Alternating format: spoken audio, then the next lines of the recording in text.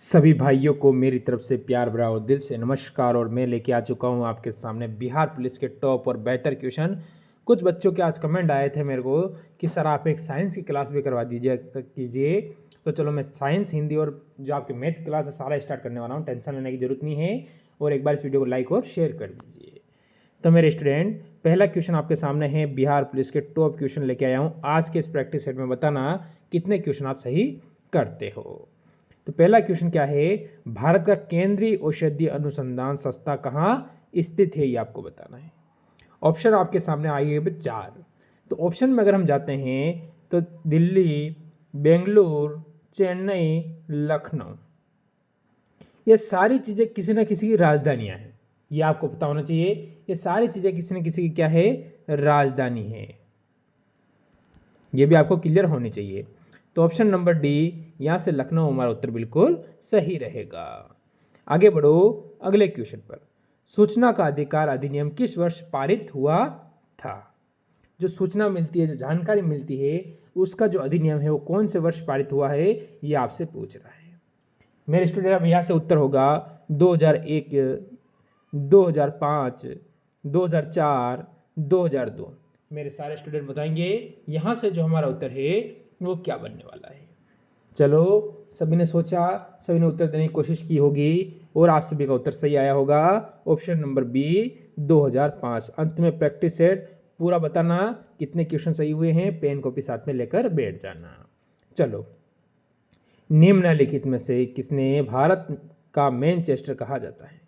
जो हम किसे क्या कहेंगे, भारत का जो मैनचेस्टर, जैसे कि आपको पता है, यहाँ से अगर हम देखते हैं बम्बई, कोयम्बटूर, कानपुर, अहमदाबाद, तो सभी स्टूडेंट को पता है कि अहमदाबाद को हम भारत का मैनचेस्टर कहते हैं, जो कि गुजरात राज्य में है। कौन से राज्य के अंदर है? गुजरात के अंदर हो जाता है। आगे बढ़ो अगले क्वेश्चन पर। ओलंपिक खेलों में हॉकी ने भारत में पहला स्वर्ण पद किस वर्ष जीता था?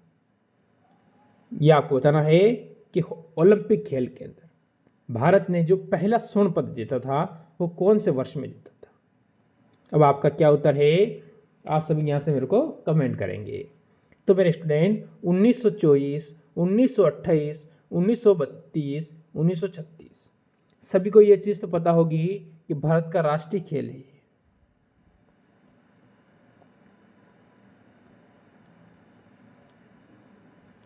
भारत के साथ एक और देश का राष्ट्रीय खेल है, वो आप सभी जानते होंगे। तो उसका कमेंट आप मेरे को कर सकते हो यहाँ पर उत्तर। तो हमारा उत्तर होगा ऑप्शन नंबर बी 1928 के अंदर। आगे बढ़ो, पणहारी नृत्य का संबंध किस राज्य से है? पणहारी, अब नाम सुन के आप लोग क्या होगा कि ये तो शब्द कुछ अजीब सा लग रहा है, यानी जैसे कि पणहारी, ये तो पनिहारी है पर पनिहारी बोलते हैं। तो हम सब क्या कहेंगे, पनिहारी जो नृत्य है मेरे भाई, ये कहाँ का है? राजस्थान का। कहाँ का है? राजस्थान।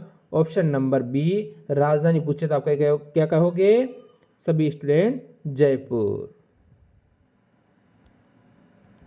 जयपुर राजधानी कह दोगे। आगे बढ़ो, 2011 जनगणना के अनुसार भारत में सर्वाधिक जनसंख्या वृद्धि दर वाला राज्य कौन सा है? 2011 की जनगणना के अनुसार भारत में सर्वाधिक जनसंख्या वृद्धि वाला राज्य कौन सा है? क्या कहोगे आप? यहाँ से बिहार, उत्तर प्रदेश, मेघालय, नागालैंड। मेरे स्टूडेंट यहाँ से अपना उत्तर देंगे तो आप सभी कहोगे यहाँ से जो उत्तर होगा वो मेघालय होगा। ऑप्शन नंबर सी बिल्कुल सही रहेगा। यहाँ से सर्वाधिक वृद्धि दर यहाँ पर पाई गई थी। आगे बढ़ो, झारखंड का शिमला किसे कहा जाता है? झारखंड एक राज्य है, आप सभी को होता है राज्य, इसका शिमला किसे कहा जाता है बताओ? तो इसकी जो राजधानी है रांची, इस रांची को क्या कहते हैं? झारखंड का शिमला कहा जाता है। ऑप्शन नंबर सी बिल्कुल सही है। चलो अगले क्वेश्चन पर। वर्गीकरण से संबंधित शाखा, वर्गीकरण से संबंधित शाखा आपसे पूछ रहा है, तो यहां से क्या कहोगे? जैसे एनाटोमी, टैक्सीट्रिमी, टैक्सोनोमी, आखिर क्या है आपको उत्तर बताना है। ये तो होगा नहीं, फिलोटैक्सी को लेना देना है नहीं यहाँ पर, तो आप सभी स्टूडेंट कहोगे ऑप्शन नंबर सी सर हमारा यहाँ पर बिल्कुल सही है। चलो आगे चलो। बिना बीज वाले फल प्राप्त करने के लिए पौधों पर किस हार्मोन का छिड़काव किया जाता है? बिना बीज वाले फल प्राप्त करने के लिए ऐसा कौन सा हार्मोन है जिसका छिड़काव यानी उसका फुहारा लगाया जाता है जिससे कि आपको बिना बीज के फल प्राप्त होते हैं? क्या कहोगे बताओ आप सभी। क्या इसका उत्तर आप सभी मेरे को कमेंट कर सकते हो, आप फल खाते हो तो। चलो, पौधों में द्वितीय तक वृद्धि किस उत्तक की उपस्थिति के कारण होती है, यह आपको बताना है। अब आप सभी अपना उत्तर यहां से देने की कोशिश करेंगे। मेरे स्टूडेंट आपका यहां से उत्तर क्या रहेगा जल्दी से बताएंगे इस क्वेश्चन का उत्तर आप सभी। तो ऑप्शन नंबर सी कैम्बियन सही होगा। आगे बढ़ो अगले क्वेश्चन पर। निम्न में से किस में एक ही पौधे में नर एवं मादा पुष्प दोनों पाए जाते हैं?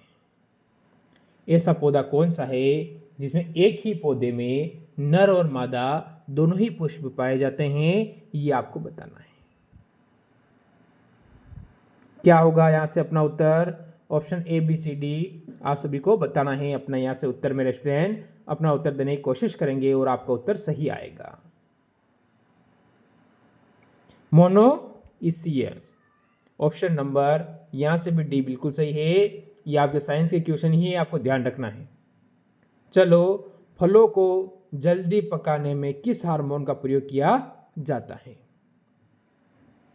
आप क्या करते हो, फल कच्चे फल लेके आते हो, उनको जल्दी पकाने की कोशिश करते हो, उसके लिए आप कौन से हार्मोन का प्रयोग करते हो, ये आपसे पूछ रहा है। तो क्या कहेंगे सारे स्टूडेंट? आप सभी कहोगे क्या? एथिलीन। ऑप्शन नंबर यहां से जो डी है वो बिल्कुल सही रहेगा आपका उत्तर, ऑप्शन नंबर डी।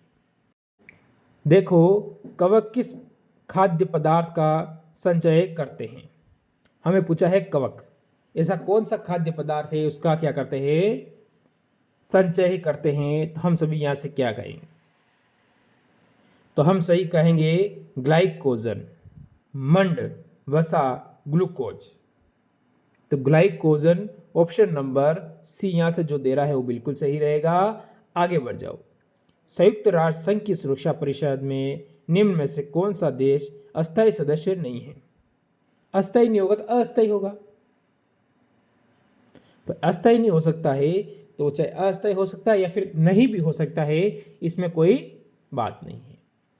संयुक्त राज्य America, Japan, Britain, France. Option number B Japan आपका बिल्कुल सही रहेगा, ये सदस्य नहीं है। आगे बढ़ जाओ। निम्नलिखित में से कौन सा केंद्रीय सरकार का कर नहीं है? यानी इसमें जो केंद्र सरकार के जो कर है वो नहीं है, जैसे कि आयकर, भूमि राजस्व, सीमा शुल्क, उत्पादन शुल्क। ये आपको बताना है कि इसमें से केंद्र सरकार का जो अधिकार है वो किस पर नहीं है। तो आप सभी क्या कहोगे मेरे स्टूडेंट? आप सभी कहोगे सर ऑप्शन नंबर बी, भू राजस्व पर केंद्र सरकार का कोई अधिकार नहीं रहता है। आगे बढ़ो अगले क्वेश्चन पर। बताओ इसका उत्तर क्या है? निम्न में से सबसे बड़ा द्वीप कौन है? निम्न में से सबसे बड़ा द्वीप कौन है? अब आपका उत्तर क्या है? द्वीप आपसे पूछा है, या के हिसाब से अगर क्या करूं, देखो मैं द्वीप तो आप ग्रीनलैंड पे चले जाओ, ये आपका सही रहेगा, ऑप्शन नंबर बी। हाँ, ये मांजुली द्वीप है, ये आपका जो क्या है नदी द्वीप है, ये आपको ध्यान रखना है। नदी द्वीप हो जाता है मांजुली द्वीप, जो ब्रह्मपुत्र नदी पर भारत में असम के अंदर स्थित है, ये भी आपको याद रख लेना है। नदी पर पूछे बाकी सबसे बड़ा द्वीप है ग्रीनलैंड। आगे बढ़ जाओ। बिरसा मुंडा के गुरु कौन थे? बिरसा मुंडा के जो गुरु थे, जो ज्ञान देते थे, जो जानकारी देते थे उनको, वो कौन थे, ये आपसे पूछ रहा है। तो आप सभी क्या कहोगे यहाँ से? स्वामी सजानंद, आनंद पांडे, गोकुल कृष्ण गोखले, बाबा भगत। तो यहाँ से दो चीज़ इंपॉर्टेंट है, एक तो क्या है, बिरसा मुंडा के गुरु और एक महात्मा गांधी के गुरु, दोनों ही थे। राजनीतिक गुरु कौन थे महात्मा गांधी के, ये भी आपसे पूछा जाता है। तो आनंद पांडे होंगे बिरसा मुंडा के गुरु और महात्मा गांधी के राजनीतिक गुरु थे, गोपाल कृष्ण गोखले गांधी जी के राजनीतिक गुरु थे। यह भी आपको याद रख लेना है। रेशेदार दिखाई देने वाली मेघ को क्या कहते हैं? रेशेदार दिखाई देने वाली मेघ को क्या कहते हैं, यह आपको बताना है। कपासी, स्त्री, पक्षाब या स्त्री मध्य मेघ, यह आपको बताना है मेरे स्टूडेंट। यहां से जो हमारा उत्तर है वो क्या हो जाएगा? तो आप सभी कहोगे पक्षाब। पक्षाब का मतलब होता है मेरे स्टूडेंट ऑप्शन नंबर सी, एकदम यहां से सही रहेगा। आगे बढ़ो। शीतोष्ण कटिबंधीय क्षेत्रों में सामान्यतः किस प्रकार की वर्षा होती है? सामान्यतः यहाँ कौन से प्रकार की वर्षा होती है उसके बारे में पूछ रहा है। तो क्या कहोगे आप? यहाँ जो वर्षा होती है उसके बारे में अगर हमसे पूछ रहा है चक्रवातीय, तो ऑप्शन नंबर हम जाएंगे बी की ओर। मेरे स्टूडेंट हम बी की ओर जाएंगे, जो हमारा सबसे बेहतर उत्तर रहेगा। आगे बढ़ो। टाइफून नामक चक्रवात में कौन से क्षेत्र प्रभावित होते हैं? टाइफून जो नामक जो चक्रवात आता है उनसे कौन सा क्षेत्र है जो प्रभावित होता है, कौन से क्षेत्र को हानि पहुंचती है, इसके बारे में पूछेगा। तो ऑस्ट्रेलिया, चीन सागर, दक्षिण द्वीप समूह क्षेत्र, उपयुक्त सभी।